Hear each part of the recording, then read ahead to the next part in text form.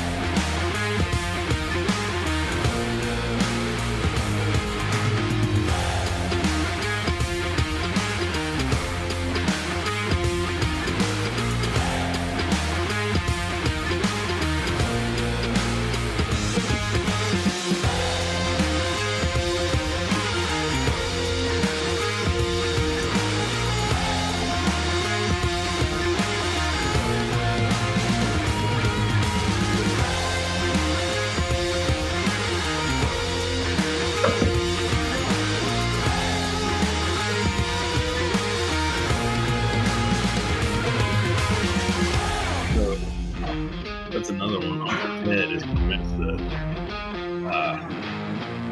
CWD was government way of eradicating deer problems.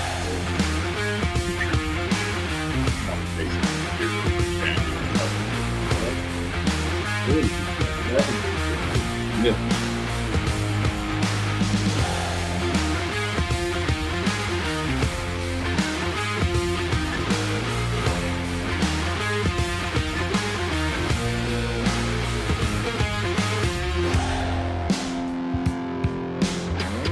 Stick with us. We will be live here in about 2 minutes and 30 seconds.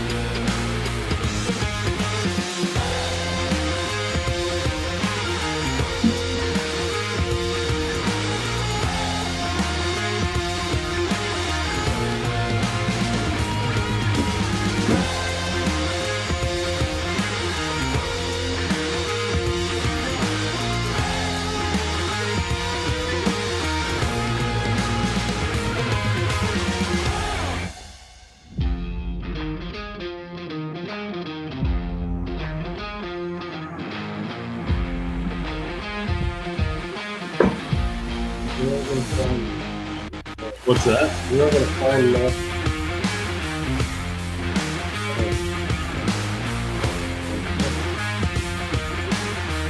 I think we can carry it.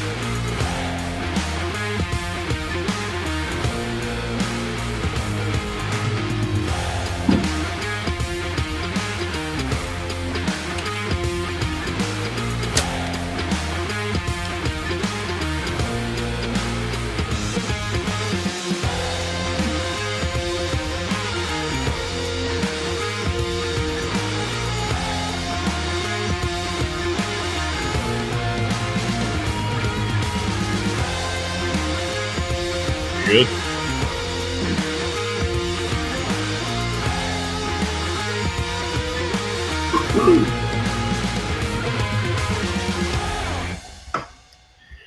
What's up? What's up? We are here at Ultra Products for episode 65. It says 64. It's supposed to be 65. And yeah, I think everything is rolling and live. Seems to be rocking and rolling. We're getting better at this after 65 tries. So I've got Lathan back with me tonight. Last week we were off. Week before that, I was out of town. Yep. So I look younger. tag team's back again. Not really. So we are back though up for discussion. This evening, we'd like to make sure everybody knows that here at Ultra Products, we've got the slasher sale. Slasher. Cutting prices. That's right. For the next 3 days or the next 2 days now. Thursday, Friday, Saturday, we're slashing prices, making sure that guys can get in bows that they want to get in. We've got lifts here in the shop for $9.49. Made by Matthews. That's right. We've got Dartons that we have knocked the price down to pennies on the dollar. Really? Well, they're $849, I believe. What's that for? A Sequel. No kidding. Yep. So basically, we're moving out the old to replace it with the new. Yeah. So It's a good time to buy one. Yep. Because they're still great bows. Yep. That's what Johnny did with his knees. He moved out with the old to get the new, and now he's walking around doing well. Walking on titanium. That's right. So this evening, this episode is brought to you by Ultra Products here in Fairfield, Illinois. We've got what you need for your next outdoor adventure. And especially if it has to do with archery. Yeah. And others, but that's right. So this evening we're going to do Confronting the Conspiracies. I put on the description. Did we land on the moon? Who shot JFK? And is there life on other planets? With the ellipsis after it, because none of that is what we're going to be speaking about this evening. We're going to be talking about conspiracies within the hunting industry. And I think there's some intriguing stuff within that. yeah. What makes a good conspiracy, Lathan? Generally a human. Yeah. Well, a good conspiracy would be something that seems plausible that nobody can prove. So it stays in the ether as far as proof, but it makes for good coffee and discussion. Right? What? Because many of them are never proved. Because if they're proved, they're no longer a conspiracy, right? I don't know. So many of the things that happened during COVID were conspiracies. Conspiracy. And then we found out that they were conspiracies, right. So but they were truths. Yeah, they come out of the conspiracy realm into a truth place at some point. Yeah. But not all do. Some hang out in that conspiracy zone. In that place and Yep. On the moon. We're not going to talk about that one. I'm staying away from it. Good. So it takes everything in me. So conspiracies in the hunting world. When you brought it up, and I done some looking and searching, and I can really, I mentioned it to you. Think of one, and you thought of maybe one. But, sure. There's lots of conspiracies. I thought of this just as we're talking. In between, from hunter to hunter, about some big elusive buck that sometimes I think doesn't exist. He remains in conspiracy or in theories, so to speak. I think trail cameras have helped. They have debunked a lot of those things. Yeah. I mean, because when we were in high school, every year there was one that it's like, oh, he's got 40 points and he's, you know. Yeah, or there's a oh, that buck's been down there. And, that you'll hear people refer to a certain buck, and now it's been 9 years or 10 years, and they're still referring. Yeah. Well, it's not the same buck. It's just, No. And I think in a lot of those situations, what happened is people saw a big buck jump across the road, or you're sitting in a deer stand, you just get a glimpse, and it looked like the biggest thing you ever seen. And whitetails have an amazing way of looking good and then turning and going away from you and looking even better. Let me ask you this. Why do we love a good conspiracy so much? Well, could be the fallen nature of human. It could be. That everybody enjoys thinking that there could be something beyond what is. It depends, I guess. evident. Yeah, I guess it would somewhat depend on the subject matter of the conspiracy, I guess, because some of it I don't care nothing to even. I don't. You don't entertain at all. I just the moon one. I don't care. I don't care if we've landed on the moon 1,000 times or if they lied to us. I really don't care. I don't know why that don't appeal to me, to get into this thing in discussion.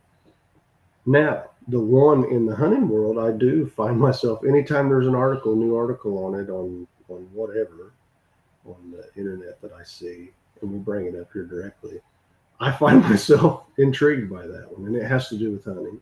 Yeah. And that one intrigues me. I don't know. That don't answer at all the question you asked, though. I went another way of why.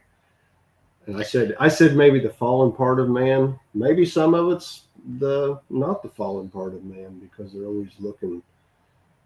I think it's a strive for truth. For truth, yeah. But it almost, you have to be careful. And this isn't out of the hunting world, but it could be in the hunting world too. But to some degree, conspiracy can almost be a sickness for some people. Massively. Yeah, like they never get out of that. Yeah, and it takes their peace. So that's not cool. Did you ever watch the movie Conspiracy Theory? That's kind of what it's about. Who's in it? Mel Gibson's in it, and he basically is almost schizophrenic with his thoughts. Like everything is just. Yeah, I don't know that I've seen it. But it's really good because ultimately find out he knew more than what everybody else did. Right. And because we should want to know the truth in any matter. Sure, we should. There ought to be a drive to whether find it's the concerning truth. the Lord and biblical truths, whether it's concerning, did your child take that from Walmart? Yeah. The truth concerning, I don't want the government to lie to us. Yeah. So, to some degree, yes, we, need to know and should have a desire to be told, to tell, and to know the truth. That makes sense? It'll set you free. Yeah, it sets you free. Yeah. But, of course, that's not big talking about the word, the truth of the word. But, I think in general, the truth is a wonderful thing. Yeah. And the Bible tells us that Satan's the father of lies. So. Yeah. Yuck. So you don't want to be so caught up. You don't want to be a liar, obviously.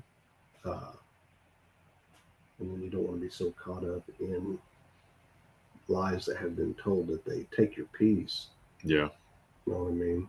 So that's kind of venturing away from the hunting, but it's all, whether it's conspiracy for hunting, whether it's conspiracy in religion, whether it's conspiracy in government, conspiracy.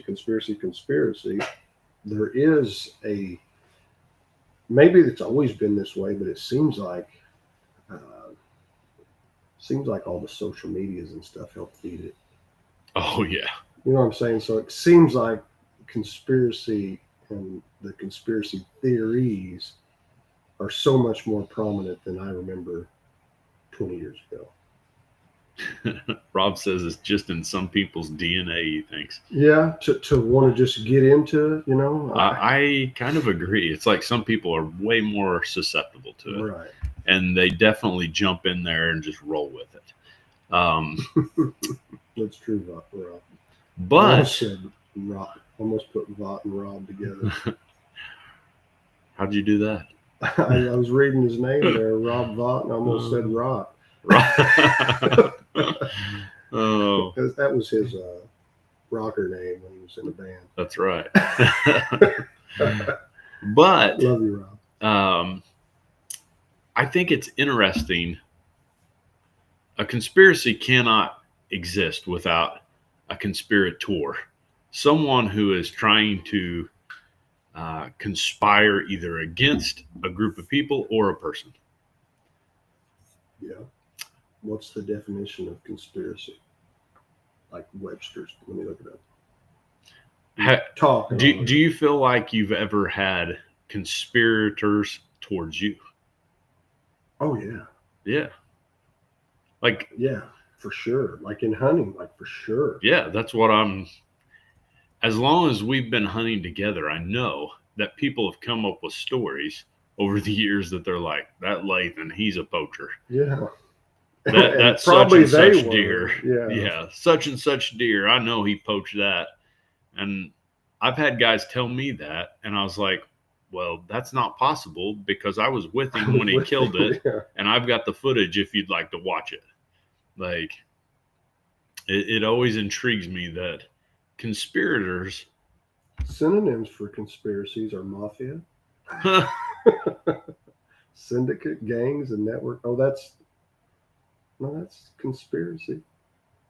I must have it spelled wrong. Maybe. No, it's The Hunt Mafia. we should start a new DVD, or not DVD, but a web show. There you go. We could anyway go with what you're going. I was trying to do some justice here. Well, what I'm just getting at is conspiracies a lot of times are not always big and large. Sometimes they're very local, and they can have an impact locally as well. But an activity of secretly planning something bad or illegal. Yeah. Maybe we've had the wrong definition. Somebody on the that's listening, look it up and see what you get. Well, bad is subject, though. Like, you could say that the moon landing, not being told that, would be bad. It wouldn't be illegal, but it'd be bad. Yeah, because if they didn't do it, it was a lie. There will always be haters, no matter whether it be in business, life, or faith. That is so true, Sean. Yeah. So, what conspiracy in the hunting industry have you found that really intrigues you? The one that I mentioned to you off camera that has intrigued me for years, and it seems to never go away. If you are in the hunting world and you watch hunting videos or read hunting articles on social media, it used to be in magazines, maybe it still is, but magazines aren't as prominent today, was the Mitch Rompala buck. What this huge conspiracy that he shot a world record buck, I believe in 1998, and somehow fabricated that deer to make the world record. And, and then it turned into this big conspiracy that huge hunter, Traverse City, Michigan. Traverse. Huh, I didn't realize that's where he's at. Yeah, he was originally from Missouri, I think, and he killed this when he was young, like 13, 14, 15. I don't have my details exactly right. Sure. When he's young, he kills the Missouri state record with a bow. And he goes on to be pretty well known as he finds big bucks and hunts them and gets them. I mean, which is what a lot of guys do. Yeah. So, but this is, probably way pre what it is now. Yeah. Pre Spooks band. Yeah. Yeah. I mean, that's what Spook does. Pre-buying them. Yeah. I mean, buying properties and buying them and farming them. Yeah. Pre that. Because, people are buying 3,000 or 4,000 acres. There's even rumors of certain individuals seeding their herd. with Sure. with But that's happened for years. yeah, but seeding the herd with genetics from pin deer go into these people's got these huge, massive freak deer, Like and I know, either actually turning some of their does into their herd, to some nature, something like that, that's carrying that genetic, and then also doing their management to let deer get bigger than they've ever got on their property, and a lot of it's probably for vainglory. That could not be true. That's kind of how I see some of it. It's because I want to be known as that person that Sure. kills big deer every year. some of us just want to have good genetics. Yeah, in and your some area. of it could totally be because I just want the deer herd to be awesome. I Yeah. want to chase big deer because big deer are what big deer are. They're elusive. They're hard to find. They're hard to see. So there's a guy that comes in here regularly from infield, and he told me that there was a farmer who loved shooting deer, and he went up to, and this was around infield, he went up to Canada and brought down several big bucks from Canada and cut them loose north of infield, kind of in the Springerton area, to get that genetic because he wanted that, heavy horned, chocolate. dark chocolate, not super tall tine, but real heavy. Mhm. And so he cut them loose down there. And it seems like there's almost like a genetic strain in that area that is a little different. Yeah. I mean, whether there's any truth to that whatsoever, or whether it just plays mind games in guys' heads. Right. Because here's the deal. If you think something happened, there's all sorts of things that go on in your head. Right. And the movie really begins to roll. Yeah. The imagination. Sure. But anyhow, so Mitch Rampal has killed a state record. He's known for killing huge deer. Now he's up in, I don't know if I'm saying it right. Is that right? Traverse. Traverse City, Yeah. Michigan. Yeah, it's a beautiful place. Area. And he's killed a few big deer up there. And it's not even known for huge deer. And it could be, I think, but it's because their hunting seasons are so much more strenuous with rifles and stuff like that. So it's not as known, and he kills this just unreal huge buck. You've seen pictures of it. Oh yeah, super wide, real heavy, close to 30 inches wide, Yeah. heavy, Symmetrics out of the world. Yeah. And Milo Hansen just in '93, I think Milo Hansen killed the world's biggest typical. Now Milo's has been passed currently, right? Still hasn't. Still on the Huff buck. I'm going to impress myself right now. The Huff buck a couple years ago was it Kentucky? Kentucky got on the board as the biggest. Maybe it was Indiana. I'm not sure. I'll check you. Could be. You keep talking. But the Huff buck became the biggest typical killed in the States, I think. But it did not surpass Milo Hansen's because his come from Saskatchewan, Canada. The Huff buck was the third largest typical. It was killed in Indiana. But it's the largest. It's the largest typical with the bow. Dude, it is heavy. Big buck. Heavy. Got a lot of symmetry going on. Yep. Net score of 205 and 6/8. Yeah, see, Hansen's 213, I think. Typical. Net. 213 and something, an eighth or 3/8 or something. And it's hilarious because I'm looking at this deer and deer hunting post where they're telling that it is the number 2 typical of all time. The only problem is it's old news, not accurate. Awesome deer was shot by Dustin Huff in 2021. And the first person to comment said, "You're all wrong. It's number 1, Rampala. Number 2, Hansen." That's right. See? Okay. So we go on with our story. So there was a lot of conspiracy because here's the deal. We talked about this out there. Anytime somebody kills a mondo buck. Sure. And I'm not talking a booner. I'm talking booner class A.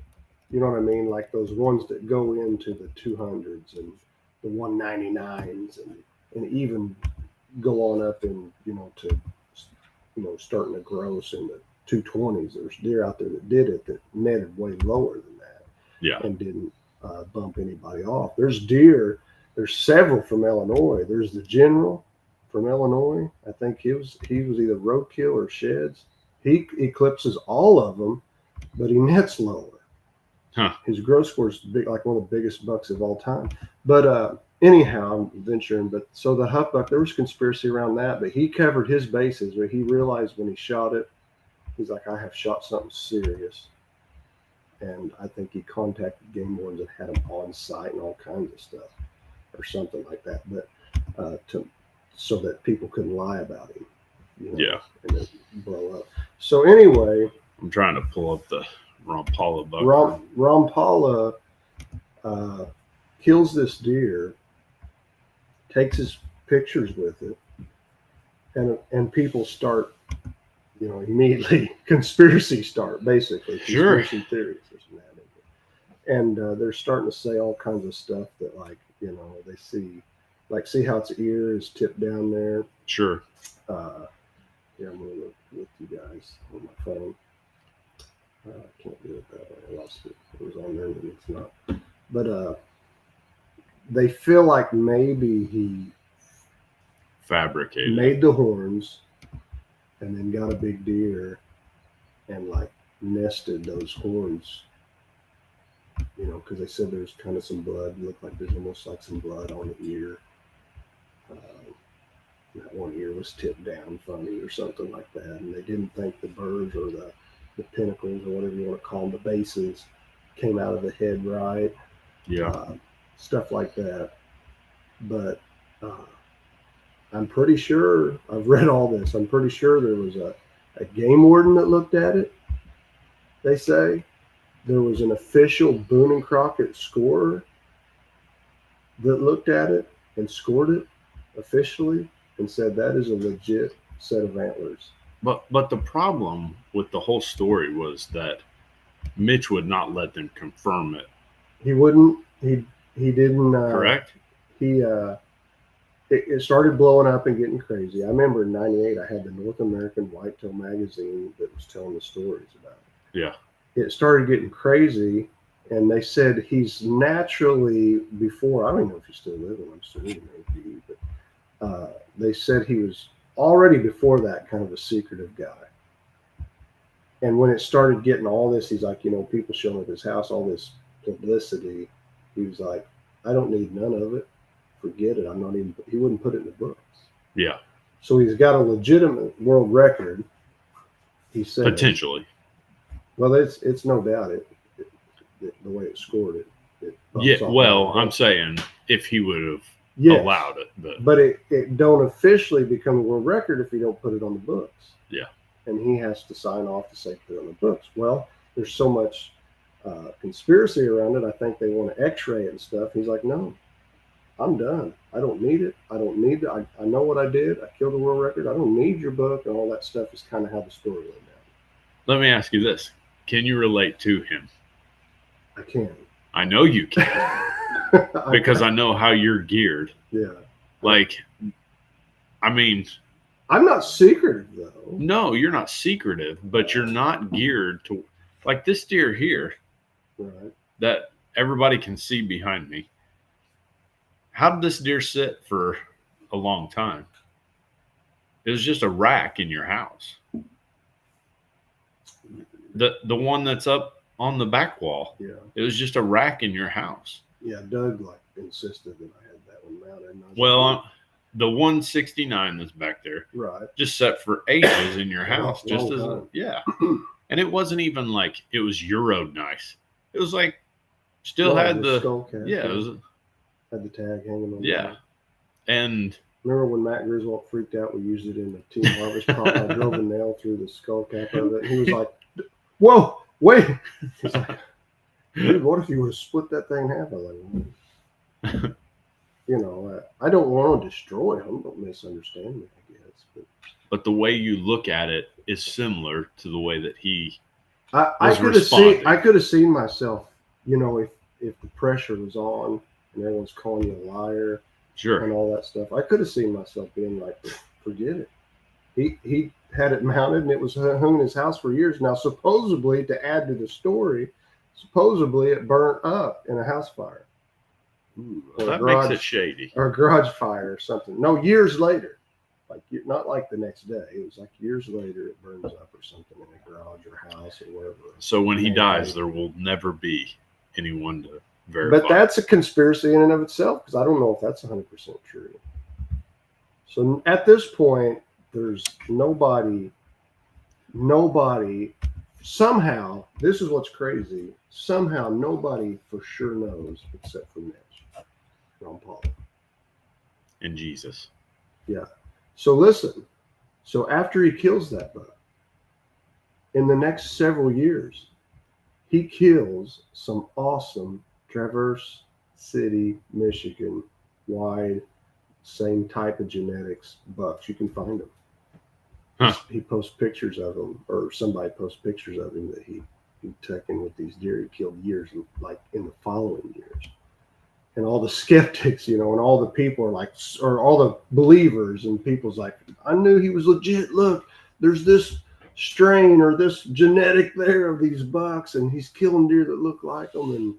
And I read his story. Now, he may not have been telling the truth, but I read the whole North American whitetail. Like, he wouldn't go to a stand without a rubber suit on. If you look in that picture, he ain't wearing what we wear. He like made his own like slicker rubber suits to keep his scent, contained, and all kinds of weird stuff like that, But anyhow, so that's a conspiracy. Here's one to add to it. The Rampala buck pot was stirred on Archery Talk in 2021 by a poster saying that Mitch Rampala sold the rack for $1.5 million and moved to Montana. Supposedly, this deal was cut specifically not to unseat the Hansen buck. So that's what I was getting ready to go on to that. So there's a big thing, yes, that says the Milo Hansen family like bought him out so it wouldn't bump him off of the pedestal. Because last I checked, last I kind of dug into it, the Hansen family had made close to $4 million off of that buck. No kidding. Yeah, off endorsements. Anytime they there's pictures of it on posters and T-shirts, and there's royalties to be made, and they take it to shows, and it's in a glass case, and you can come see the legit world's biggest typical buck, and you got to pay, and you pay to have it at your shows because it draws attention to, say, if you're having a huge or trying to do a big expo, or it's like seeing the bearded lady or the Siamese twins. Yeah. If you're gonna, so there's another, yes, there's conspiracy that supposedly they bought it or bought him out or paid him to keep his mouth shut and not enter that buck into the record books. Because that one Boone and Crockett score said, I've handled thousands of racks. That was a legit whitetail rack. I had the skull, like the way I understood it, like, he would know if this was a synthetically made set of antlers. Yeah. Because you've messed with synthetic antlers. Oh, yeah. I mean, from here to over there, you're like, that's awesome. Then you touch them. As soon as you touch them, it's like almost like a weird rubbery material. Yeah, it's not the same. It's not the same. Like you thump them and they don't sound the same. They don't have the same hardness. They don't have the same weight. Yeah. It's just not the same. So anyway, it could be a world record that never got to the podium. Let me ask you this. And it could be somehow fabricated, but this is before Photoshops, and so that's not able, and all the stretching and AIs wasn't there. Yeah.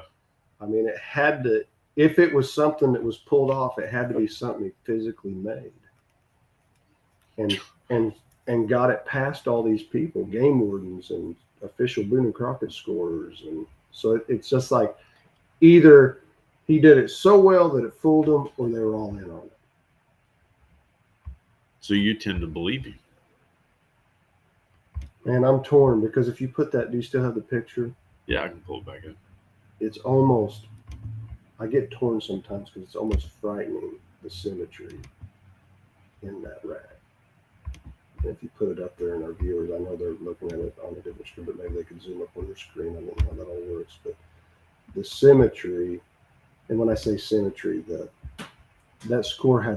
deer had, I forget what it was.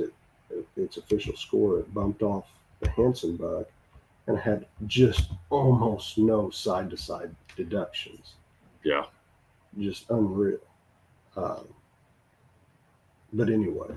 Yeah, I pulled it up on there for it's bigger for everybody to see. Yeah, so if you see that picture and you look, if you look at his G2 and his G3 and his G4 and his 5, everything, brow tine. Yeah, he even splays out the same on those 4s. Both 3s have a little blade on them, and you know that's very possible. And both 4s are, like you said, at the exact same angle going out, and the brow tines are a foot apart, you know, and they're both exactly 2.5 or 3 whatever inches. You know, it's just, I mean, so there's that's like sometimes almost overwhelmingly. It's interesting, but it's a neat story. There's like a part of me when I've read about Mitch and how he was and how he hunted that it's like I want it so bad to be true, but it may not be. I don't know. It's a conspiracy. What did he shoot it with? Is that a Darton? Looks like an old Browning or a Darton, probably. Can't get zoomed up on it big enough here. Man, I bet Darton would love for it to be real too. Kind of high country-esque looking, you know. That was 98, the year I got married. 98. Yeah, I got married in 98. I remember when my 98 edition of North American Whitetail come in, and I seen that on the cover, and I was like, "Are you kidding me?" And I was like, "Well, Milo Henson." I was 13 when he killed the world record. I had that edition too, and read his story because he shot it. Remember, he shot it in the antler, and they thought they weren't going to let it into the record books. Dude, it does look identical almost from side to side. Yeah, the symmetry's uncanny. Like the only thing that's different is the brow tine kind of snakes a little bit on the one side. You know, it's not that it couldn't be that symmetric of a rack, but it is uncanny, huh? And you see that one ear that's lopped down, and it seems like there's a little blood around it. Yeah. You know, so here's my deal. I'm not saying it is or didn't. I want it to be true. I wish it would come out one day that someone's like, we have the Mitch Rompala buck, and we are bringing it to the forefront, and we're going to X-ray it. We're going to tell everybody this is legit, and it's going to bump off and become a world record. Here's my thing about the blood on the ear, though. I mean, you've seen how they die sometimes. Oh yeah. I mean, they throw blood all over the place. And I've seen plenty of lop-eared bucks. He apparently shot it down in the pooch. I mean, there's lots of blood down in the gut area. Yeah. And, I mean, if the thing laid down and bled itself out, it might have rolled over a couple times and laid its head in spots. And so you're going with it. You think it's I don't know. I'm just... You're fighting for Mitch, though. I can hear you. Oh man. Well, I'm okay if it is. Let me say that. I think it'd be awesome if somewhere it just came out of the closet somewhere. Somebody's had it, and they're, you know, and Mitch is. I don't know if he's still living, but if he's still living, he's like, do it, man. Or if he sold the rights to it, and they're like, we're putting it on top. We're getting it officially and getting all the stuff under the water, under the bridge, and putting this thing as #1. Here's my thing. How frustrating would it be if it was true to be lied about nonstop? Because, dude, there's all sorts of people that have come out saying, oh, Mitch Rompala is a liar. Yeah, they threw his past at him and all kinds of stuff. Very vindictive stuff. Yeah. Because there's something happened in his past, you know, where he'd been in trouble with the law or something. I don't know if it was a DUI or what it was. Yeah. It was like, well, he's got a criminal past, you know, a criminal past. That's the type of person to do something like this, you know. And I'm like, well, you know, it almost shows, you know, that people were against him in it, but. Everyone loves a conspiracy. Yeah, that's what you're saying. That's what you're talking about. And everybody, a lot of people said, all he's got to do is let him X-ray it. Yeah. So that threw everybody into a whirlwind. Maybe it's not true. Because here I still sit. What are we looking? 28 years later, and I'm like, maybe it is. Maybe 27 years. I don't know. Yeah. I want it to be true. What's your take on the deal with CWD? I know Meat Eater recently did a podcast where he's like, "Don't throw out the baby with the bathwater." Yeah, I think probably when it first started happening, I probably just took it hook, line, and sinker. And when I say that, I was like, remember the whole Wisconsin thing? Oh, yeah. And that was around 93, 94, Yeah. somewhere in there. They were killing them left and right, rifling, piling them up in piles. Like I said, I was a magazine. I loved Peterson's bow hunting, and I loved North American whitetail. And I think I even got deer and deer hunting, And I'd thumb through. I loved it when those magazines came in every month, and I'd thumb through them. Sure. And I remember pictures of them with like big coal mine front end loaders, scooping up deer. Yeah, they were, and putting them in. Crazy, man. And they led us to believe. Oh, you're getting in a dangerous spot. Well, I've heard some things, and you're more versed on this one, so you'll speak to it. But they led us to believe in those magazines that those deer were dying from CWD. Yeah, and they were not. And then you find out years later, things come out that they were just killing those deer. Those deer had been shot by a bunch of people brought in with rifles and just mowing them down. Yeah, they're killing them like crazy. And putting them in a big pile, and then they're disposing of them. What a giant waste. For something that was thousands of pounds of meat in those pictures that I was seeing. I recently saw a video with Ted Nugent where he was talking about that and how it's a giant conspiracy in his mind because, and I can't remember if he was pushing it more towards the insurance companies were covering the cost on that. I know that there have been conspiracies in regards to that, like insurance companies are, fueling that and feeding it. Right. They used to always say, "Oh, the insurance are issuing way more tags than we need. They're helping fund and telling the state we need more tags out there for more deer to be killed." We've always heard things like that. Yeah. But you're saying that they were helping the CWD to try and eradicate, in that area. Like to kill out massive herds of deer. Yeah. But like the buffalo, But it's interesting listening to him talk about it because he's like, you're so worried about CWD, something that is not going to affect that deer in its lifetime. Thousands and thousands and thousands of people have eaten animals with CWD, and there's no trace in humans. There's zero contact or zero cases of humans getting CWD. From meat or otherwise. Yeah. And when they had the podcast on Meat Eater dealing with CWD, he's like, well, would you eat it if you knew? And that deer had it? Yeah. And I'd say a lot of people would say no. They would say no, but they have. But they probably have ate deer with CWD. Yeah. Like, especially up there in that area. And here's the deal. If there's zero cases where humans have contracted it, why wouldn't you eat it? It would seem to me that EHD is a bigger deal. It's a far bigger deal in regards to killing them. Which is CWD is chronic wasting disease. Yeah.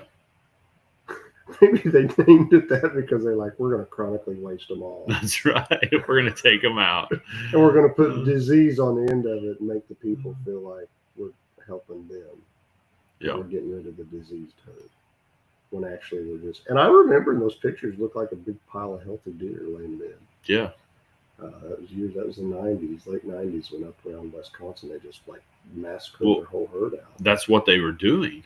They were trying to make sure that they eradicated all of the herd in order to protect the herd in certain areas. Yeah. And golly, what like a Illinois Fish and way Game to go was about like, it. yeah, Illinois Fish and Game. I remember reading articles in it, and it was like We got to keep it from getting across the state lines. You know, they're standing, almost made it sound like there's people standing at the state line shooting deer as they try to cross in Illinois. You know? Well, and they're still, to some level, freaked out about it because it's still in the books. Right. And it's like, why?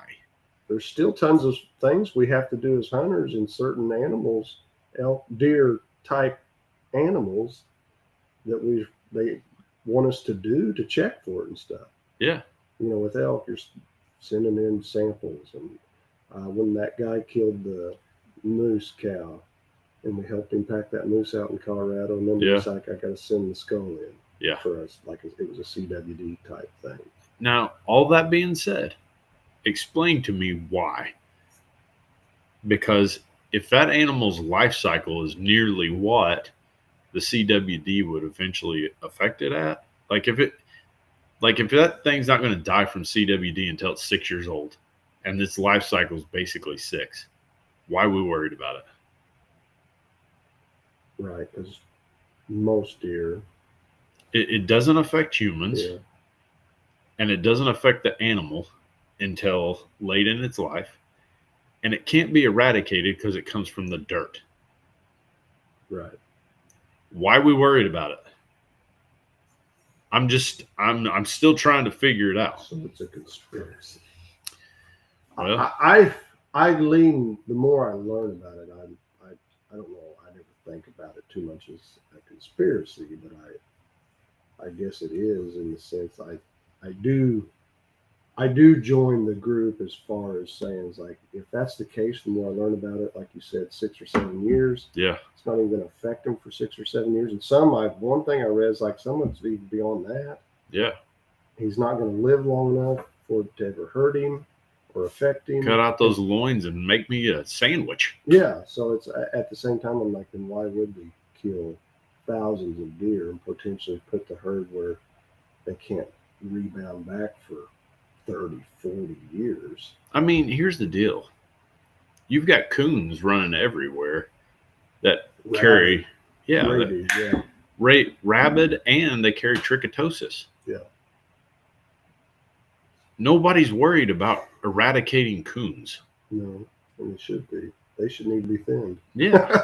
You know, and I've even seen recently videos where people are dealing with rabid coons in city places and stuff like that. Well, I mean, the numbers are getting so thick that I think they're more prone to it. Yeah. So it's a conspiracy. So why don't they, if they're so worried about that, when there's EHD that kills them in 8 to 12 hours sometimes? Yeah. From the time they contract it, why don't they think about that? I'm telling you, it has nothing to do with how they feel about the deer. Because I think I read something like some of these deer, when they take on that bite from that fly, it's like anywhere from 8 to 48 hours. It's how I feel after eating Mexican. 8 to 48 hours. What I'm saying is, in 8 to 48 hours, they could be dead. It kills them quick. That's how I feel after eating That's Mexican. why you see a deer, like in some of those, they call them deer zombie videos. Sure. They've got that EHD and they're dying. Yeah. You see those. It looks like a healthy deer. He's not all ganted, you know, and he's like drooling. He's drooling and walking in a little circle or something. Yeah. He's dying. Yeah. Somebody needs to put a bullet in him before you eat your brains. Yeah, zombie deer. But I'd say there could be some validity in the conspiracy that the government. I have to think there has to be some level of it, because the conspiracy is, though, that we believe or that you're saying could be.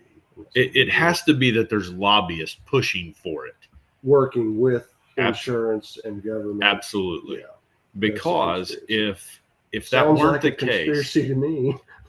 If that were the case, why would they not be putting more attention to the EHD? That, like, they should be. Yeah, because it kills them in 8 to 10 hours. Yeah. It's far scarier looking. And they obviously are not that worried about it. Yeah. When it's something, maybe because you said like CWD is supposed to be in the ground, there's nothing you can do about it. Yeah, there's nothing you can do about that. When a midge fly Yeah, you could probably take care of that there somehow might by be some- either, providing ivermectin to the herd or something. right, Like, because they claim that will help yeah, cure it's it. supposed to. Antiviral type. Yeah, I'm calling you out, government. Come Yeah. on out. uh, What's another conspiracy in the hunting world? I would say if you go back to big bucks, anybody that kills big deer, we're to a place in the world the way the world works. It's always my deer, sure. that somebody got. So then they're upset. Uh, we're in a world where if you kill a really huge deer, and I'm not talking just a good one, I'm talking a really huge deer, that you better jump through every hoop. Like I think, like with that huff buck, like I was saying earlier, where I think he contacted people. He's like, I want you to come verify that I've done this all legit. So what was the one in Ohio Last year. Was that last year or 2 years? 2 years ago. 2 years ago. Last year it came to finally fruition, and was it Anderson? Alexander, CJ or JC or something. Alexander shoots the new potential world record. I wonder if it would have won. There was one discrepancy that they were all arguing about. Yes. Whether it was tracking out as a secondary point or because it was going to determine whether it was a non-typical non-typical point, whether that point had to go in the non-typical bracket, or it was like whether it was G5 coming off the main beam yeah. or whether it's coming off the G2. Yeah. I think was what it was. So it would have been either a G3 or a non-typical point. Yeah. And so there was still a lot of people being like, I think it's going to do it, Well, then it comes out that all these people are starting to say that he poached it. Well, when I first heard that, I was like, man, just leave the kid alone. Because I thought, there's no way. I mean, that kid was taking that thing. That was my issue. He was taking that thing on the biggest known hunting podcast. Yeah. Like our and podcast. Telling his story. Like up for discussion. I can't believe he didn't call us. But anyhow, no, he was taking it on some known hunting podcast and sitting there with the rack on the table. Yeah. And talking and telling this story. And it's that one comes out of conspiracy. Supposedly they proved beyond a shadow of a doubt. Yeah, because they had it on trail camera he within minutes of him killing it, supposedly. Yeah. 12 miles away. 12 miles away. Yeah. Your goose is officially cooked. Cooked, man. Unless he dematerialized and rematerialized 12 miles away. I know a deer can cover ground, but he can't go 12 But he miles. can't be Apostle Philip or whatever. Evangelist Philip, yeah. He was caught up and was found in another city. Well, that one was conspiracy for quite some time, but I guess it's not now. Yeah. But that goes to if you shoot a deer that's we deem world class, What's world class mean? It means it's up there potentially in the top 10 in your state or more or something like that. Sure. Man, you better make sure every picture's got a tag on its horn. You better call the landowner and said, I just want you to know I killed this deer if it's somebody else's land, and cross all those T's, dot those I's, because the haters, what'd that one person say? Sean, haters are always going to hate. Yeah. And you said things earlier where you hunted with me, and for years I had conspiracies. Sure. Had people call.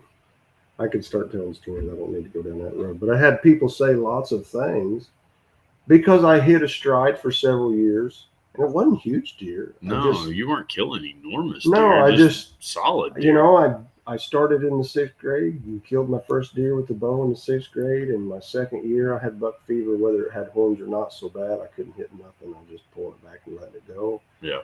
And in my 3rd year, I remember I finally reined things in and started whacking and killing some deer, just deer in general. And then you go for 4 or 5 years and you get a decent not even decent. My first Pope and Young buck come from the Boogerville Bottoms on the Thanksgiving evening.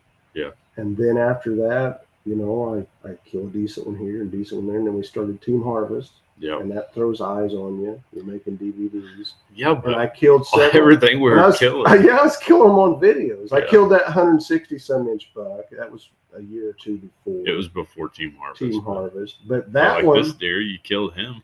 On video. Yeah. And people were saying that you poached it. Yeah. I was like, pretty sure he didn't. Yeah. So. When you've got that kind of proof, there's not much they can do. But the one that you're talking about that's out there. You killed this the night that Donald Trump got elected. In the primary. That's right. Yeah. And I voted for him. Yeah. I did. But no, it wouldn't have been in the primary. I think it was primary. No.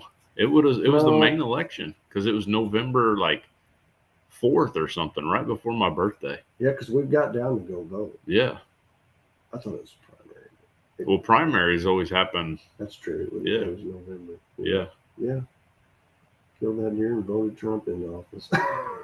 This first DJT time. right back here. Yeah. But the one that was out there when I killed that deer, where I killed him. Yeah. Back in the same field as Yeah. Yeah. But he was back in there and it was muddy, and I called my Uncle Brad. I was like, man, I've shot it. It was my first, he clips out of that 140s and just jumped over 150 to 160 something. And he's like, really, really? And I was like, but here's the problem. Those fields are chisel plowed. I was like, he's back there. I said, I don't think by myself. He's like, well, soon I'll get my forward out of players or whatever it was. He said, come help you get him. And they went and helped me get it. Now, they didn't see me shoot it. Yeah. But I mean, you walk up on the scene of a bow kill, you know what I mean? Sure. It's a bow kill. You see the triangle hole cut in them or whatever to your broadhead, and there's your stand. Oh, yeah, you just went.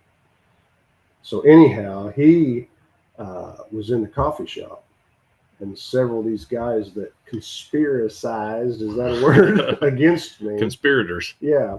It had went around, several days late and killed a big 160-some-inch, almost 70-inch buck, and he's sitting in the coffee shop, and one of them just raking me over the coals, like just full-blown lying. Yeah. And Uncle Brad said, I just sat there, and he's like telling this lie that he watched me from his stand. He was sitting in a stand, and he watched me shoot that buck from the road. Like telling all these guys in the coffee shop that. And it used to just burn me because I was like, those guys believe that stuff, Yeah. And my Uncle Brad said, I sat there and let him tell his story. And he said, I finally just, I was waiting to let him finish his story. He said, I let him finish the story. And I just called him right out on the table, man. He's like, well, I know good and well, like what you said. That ain't true. I went with him to get that deer. He didn't shoot that deer from the road. For one, where it was, there was no road where you could. Yeah. Did he drag it across the chisel plowed field so that I could help him drag it out?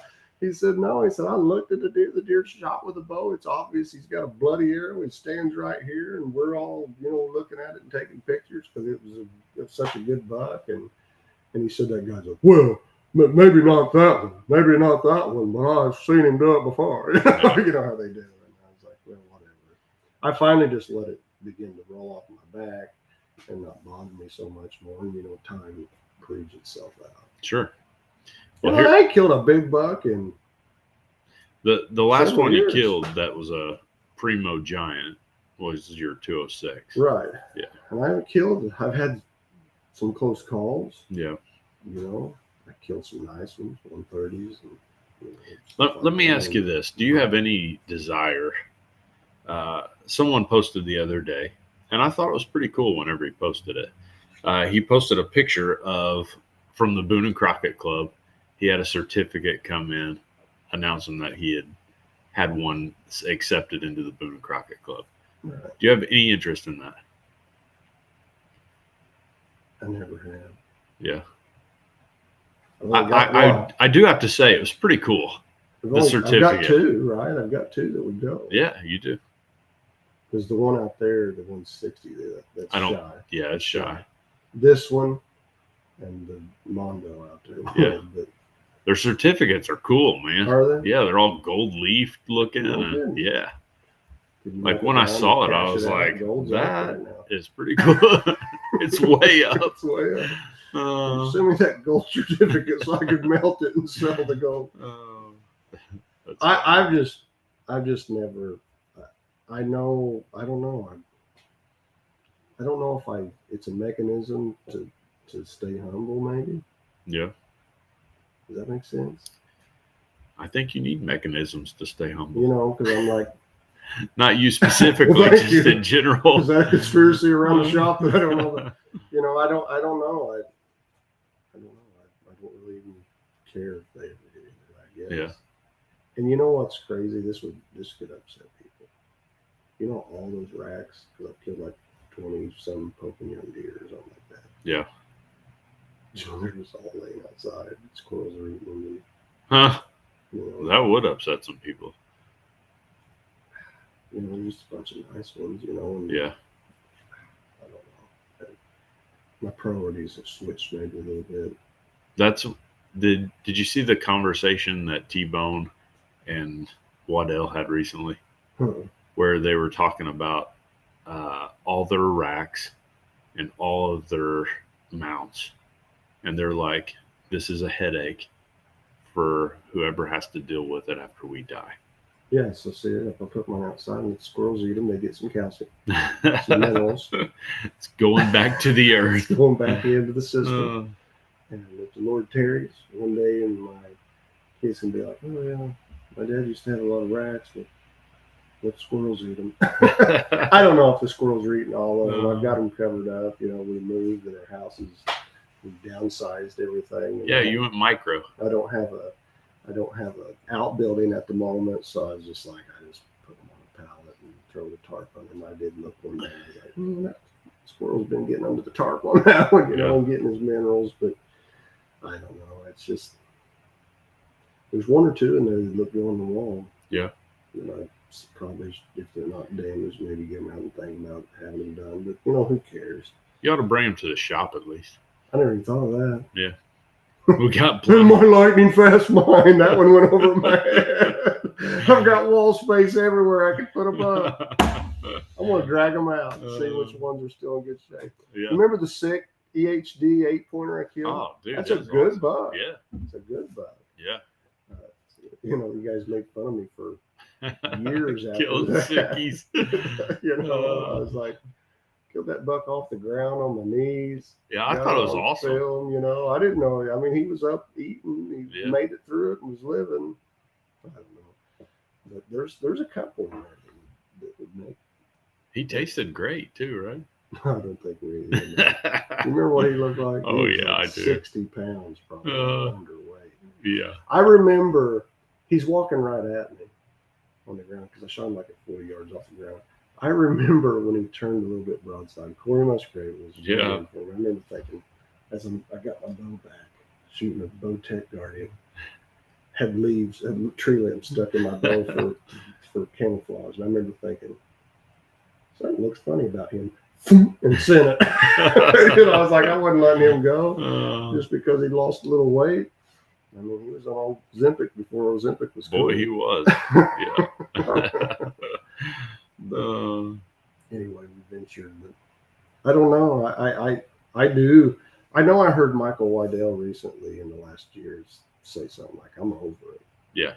Did you hear that? Well, he's old enough, and I think he's gotten to the point to where he's killed so many deer that it just doesn't do the same things for him that it used to. Yeah, and he doesn't care if he's, you know, the guy that everybody's looking at. When you're young, I would be lying if I said I didn't fall into a time where you wanted to be. When I was like, I got to get another buck. Yeah. I've got to kill a buck. Everybody knows expecting me to kill another buck. Yeah. A good buck, you know.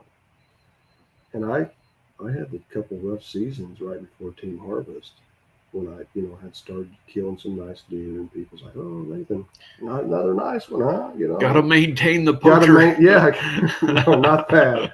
But you got to almost like it is a form of I've got to hold this position. Sure. Well, here's the deal: the same people that are spreading that rumor, there's another group that's like, "Man, that guy can kill them." Yeah. So I mean, you get caught up in that.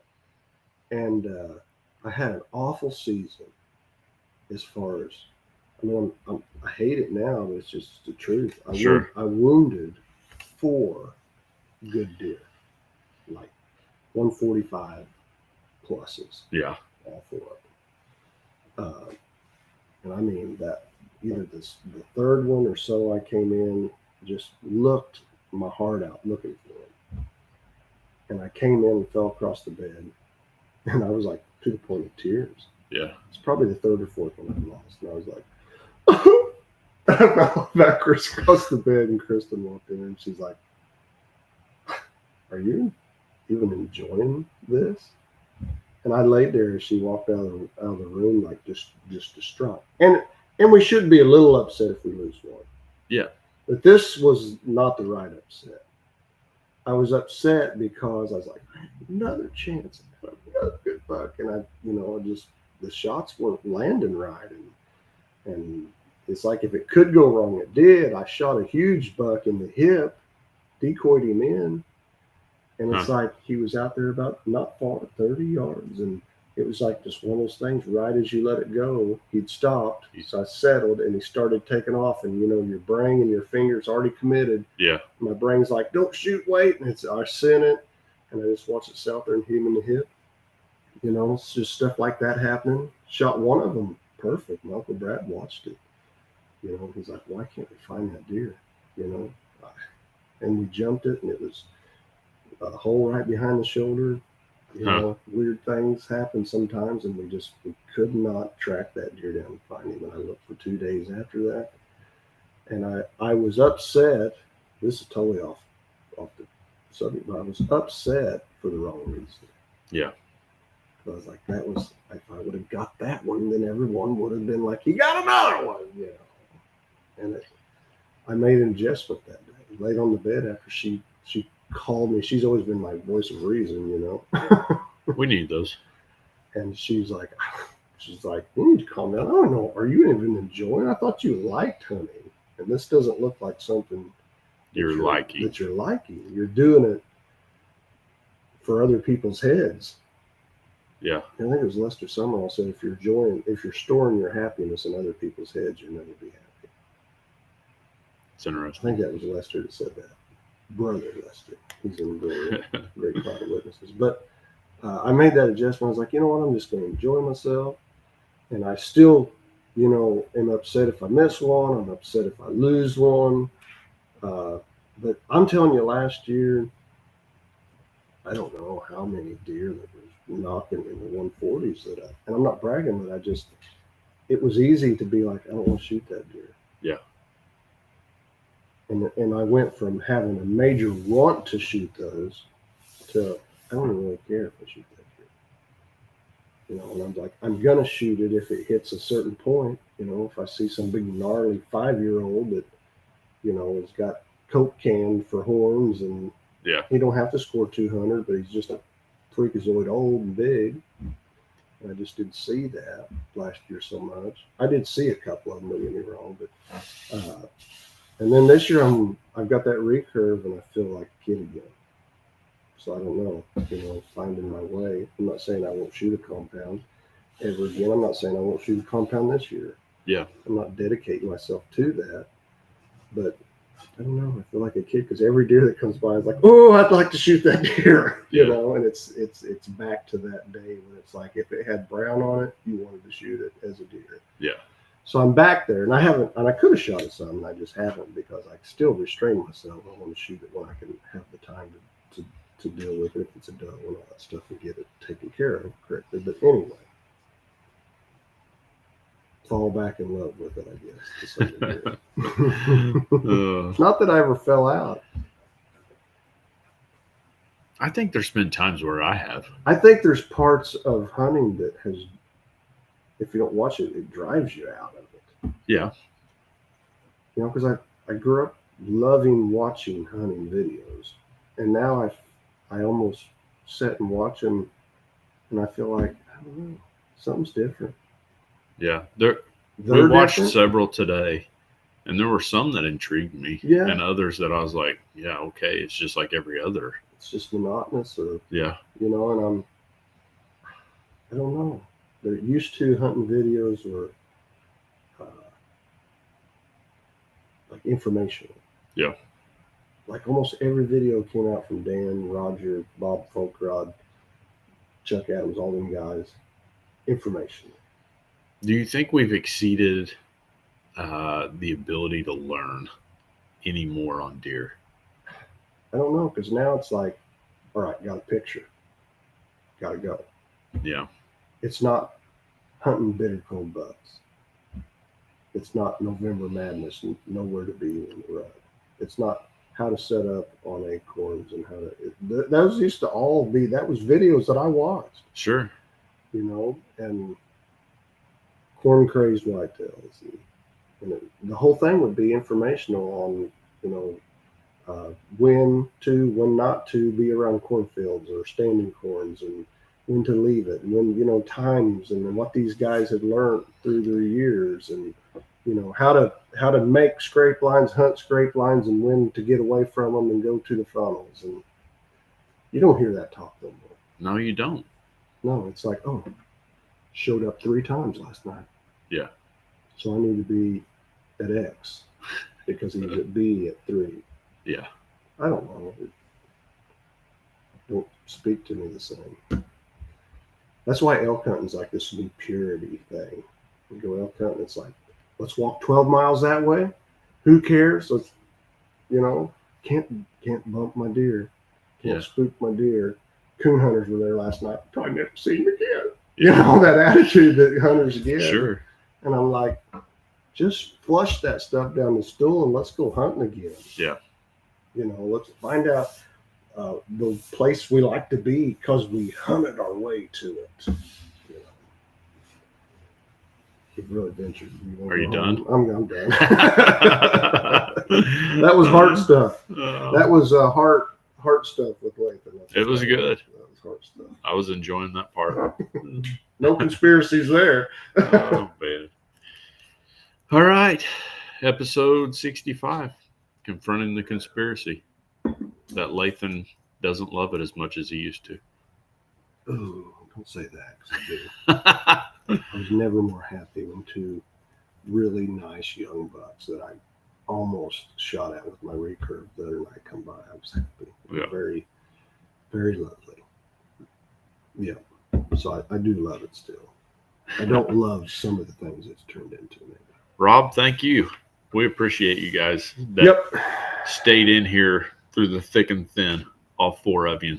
And awesome. I kind of sort of believe Mitch did it. Ron Paula, that is. I think it's real. I think it's real. We ought to make some shirts. I still believe Mitch. Yeah, and I want a picture of the deer on it. That would be awesome. I would wear it. Mitch is not a liar. Oh, man. That's awesome. Well, thank you, everybody. Yep. You guys have a good evening. This has been Up for Discussion, and we will be back next week, and we'll talk about the rut, because the rut will be on. Yep. Yeah. It's happening right now. No, it is to some degree, but the rut next week this time, yeah, we'll be getting serious, folks. The rut report will be, you need to be out there. Yes, sir. But until then, this has been Up for Discussion. Bye-bye. Bye.